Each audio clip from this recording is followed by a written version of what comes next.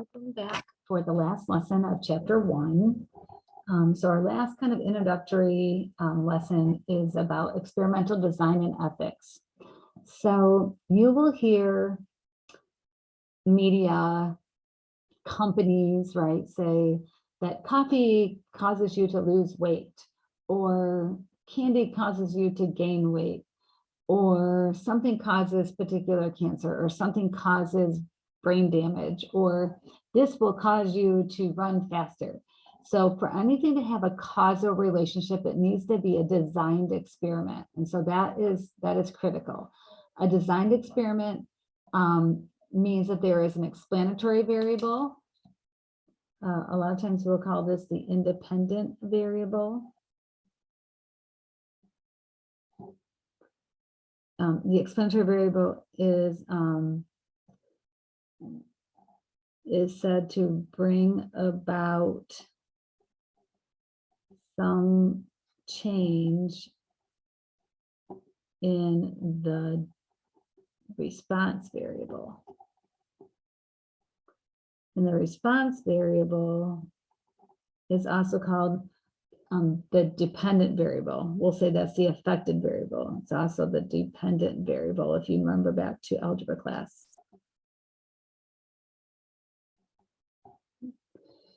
And we usually call the explanatory variable the x and the independent variable, or the explanatory variable the x and the response variable the y.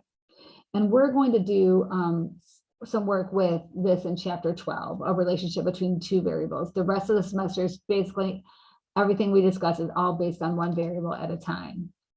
So the different values of the explanatory variables are called the treatments. An experimental unit is a singular object or individual to be measured. Also, going back to treatments, when we're talking about treatments, it's not always like a treatment if you're sick, like some kind of medication. It could be a particular stretching exercise to improve your movement on your hands after carpal tunnel surgery. It could be a treatment, could be a product that you might use on your lawn to prevent weeds. So there's lots of things that could be a treatment. Lurking variables are additional variables that can cloud a study, are called lurking variables, and we're gonna look into those in some examples here.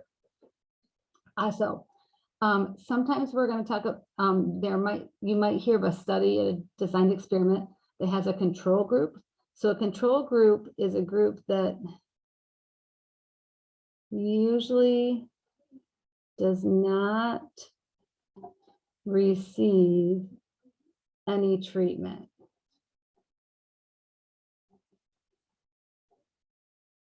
So you might have one group of patients taking a trial drug, and then you'll have a group of patients that don't take anything.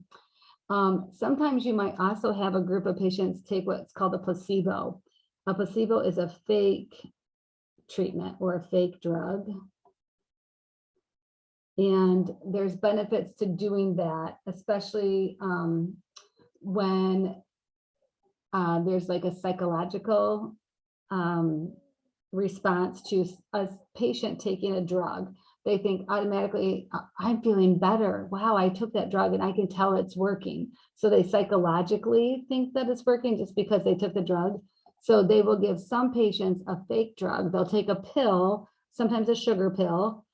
They won't know that it's fake, but then they won't know if they're receiving the treatment drug or they're just receiving this placebo. And that's called blinding. Blinding is a randomized experiment, preserves the power of suggestion. When a person involved in a research study is blinded, he does not know who is receiving the active treatments and who is receiving the placebo treatments. And then a double-blind experiment is one in which both the subjects and the researchers involved with the subjects are blinded. And a double-blind experiment is good to have when the let's say you have a patient that's receiving drugs for MS, multiple sclerosis, and one of their symptoms is they have difficulty walking in a straight line. They kind of wobble and they're kind of dizzy and they have to hold on to the wall.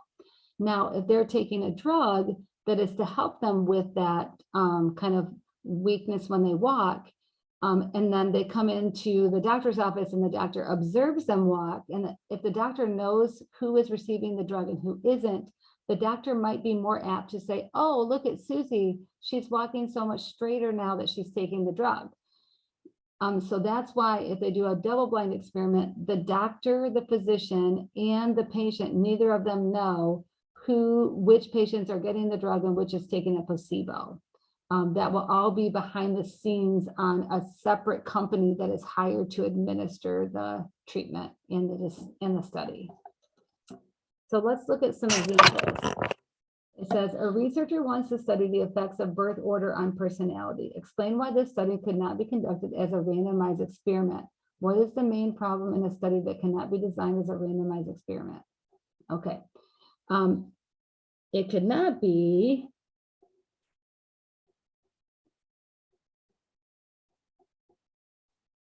because patients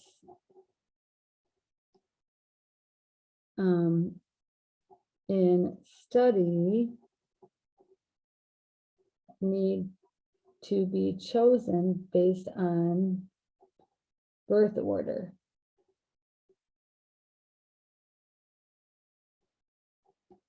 So you couldn't just randomly choose people because they have to be chosen so that you've got maybe siblings that are on their birth order, or maybe not even siblings, but you would have to know a person's birth order for them to be chosen. So it can't just be a completely randomized study. And then what is the problem of a study that cannot be? So this would have to be observational, have to be an observational study.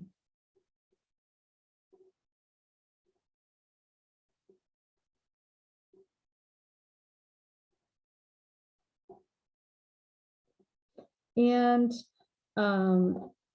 just like they say here, the explanatory variable is birth order. You cannot randomly assign a person's birth order. Random assignment eliminates the impact of lurking variables. When you cannot assign subjects to treatment groups at random, there will be differences between the groups other than the explanatory variable. The other thing is what is the main problem if it's not randomized? If it is not a designed experiment, you cannot say there is causal relationship. So that's something to remember. And we'll kind of go back to this when we get to chapter 12. Okay. One where we try it together. So it says you are concerned about the effects of texting on driving performance. Design a study to test the response time of drivers while texting and while driving only. How many seconds does it take for a driver to respond when a leading car hits the brakes? Okay, so we want to describe the explanatory and response variables. So the explanatory would be texting or no texting, right? That would be the explanatory variable, whether or not they were texting. And the response would be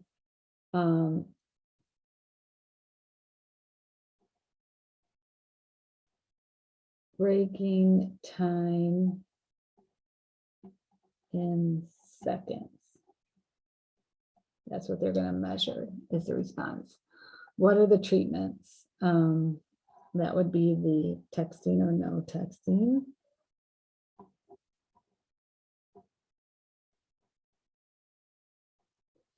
What should you consider when selecting participants? Lots of things you should consider.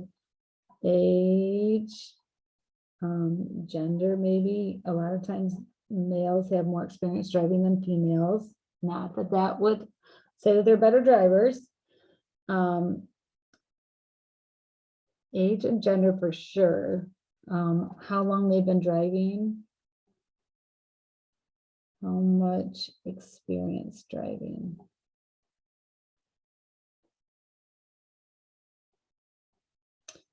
Okay, your research partner wants to divide participants randomly into two groups, one to drive without distraction and one to text and drive simultaneously. Is this a good idea? Why or why not?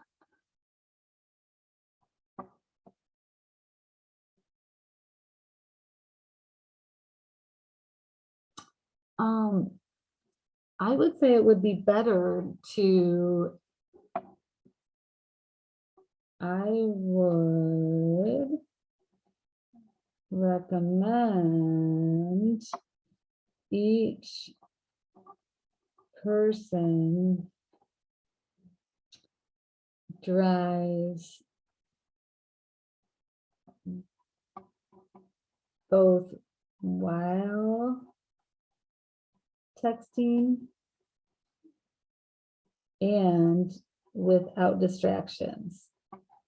Because that way you're truly comparing my stopping ability while I'm texting and my particular stopping ability without any distractions. You're not even having to worry, because the group of people not distracted might be overly cautious, and the people that are texting might be trying to be really cautious too. But if you do need both ways, texting and without distractions, then you're comparing a little bit more of apples to apples, we might say. Identify any lurking variables that could interfere with the study. Weather, I guess, could, maybe listening to music, you'd have to control for that.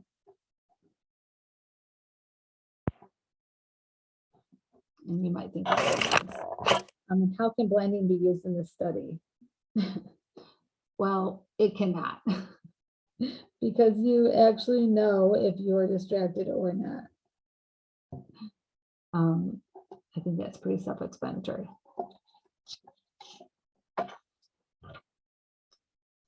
Okay, ethics. The widespread misuse and misrepresentation of statistical information often gives the field a bad name. Some say that numbers don't lie, but the people who use numbers to support their claims often do. And that is true. That is one thing I hope you take away from this class, is to be an informed citizen and always look at information. Think discreet, think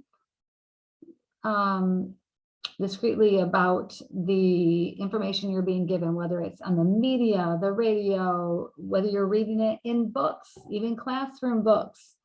Kind of try to play the devil's advocate on everything, because like I said about design experiments, if it's not a design experiment, you cannot say there's a causal relationship. Okay, so let's look here. Describe the unethical behavior in each example and describe how it could impact the reliability of the resulting data. Explain how the problem should be corrected. So it says a researcher is collecting data in a community. She selects a block where she is comfortable walking because she knows many of the people living on the street. Well, is not necessarily unethical, but by selecting a convenient sample, the researcher is intentionally selecting a sample that could be biased. Claiming that this sample represents a community is misleading. The researcher needs to select areas in the community at random. Okay. No one seems to be home at 4 houses on her route. She does not record the addresses and does not return at a later time to try to find residents at home. That's not good. Intentionally omitting relevant data will create bias in the sample. Suppose the researcher is getting information about jobs and childcare. By ignoring people who are not home, she may be missing data from working families that are relevant to her study. She needs to make every effort to interview all members of the target sample. And C, she skips 4 houses on her route because she is running late for an appointment. When she gets home, she fills in the forms by selecting random answers from other residents in the neighborhood. Oh gosh, she's using fake data. Not good, not good. It is never acceptable to fake data, even though the responses she uses are real responses provided by other participants. The duplication is fraudulent and can create bias in the data. She needs to work diligently to interview everyone on her route. Yes. Wow. Okay. On here.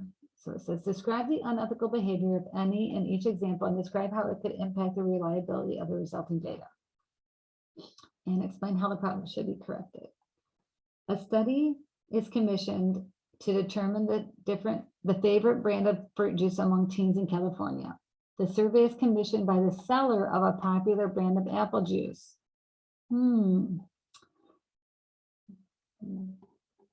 company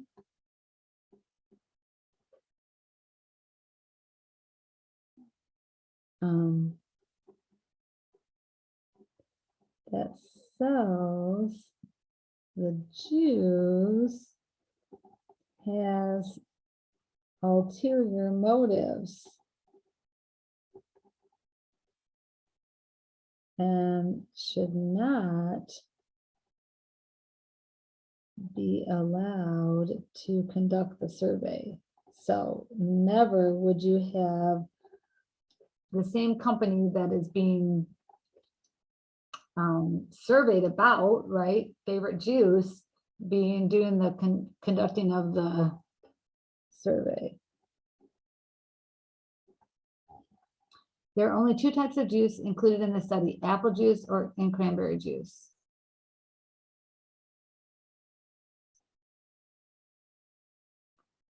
It's not really unethical.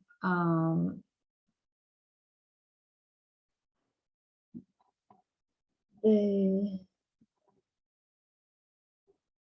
should include other juices. I mean, what about orange juice, grapefruit juice? Researchers allow participants to see the brand of juice as samples are poured for a taste test. So that's not good because participants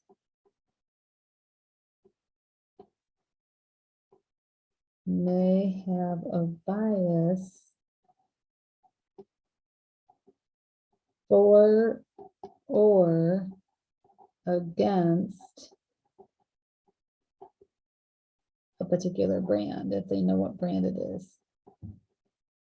Like if I was testing ketchup and I knew it was Heinz, I would probably go, this one's really good. And if I thought the other one was the store brand, I might say, this one is not good. But if I don't know which brand is which, I might end up really liking the store brand. I just don't know. 25% of participants prefer brand X, 33% prefer brand Y, and 42% have no preference between the two brands. Brand X references a study in a commercial saying most teens like brand X as much or more than brand Y.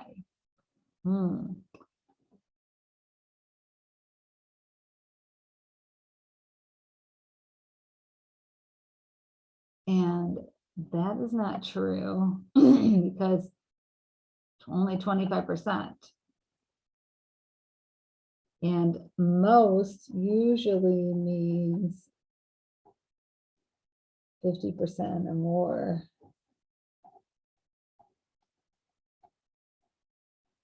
And it's just simply a false statement.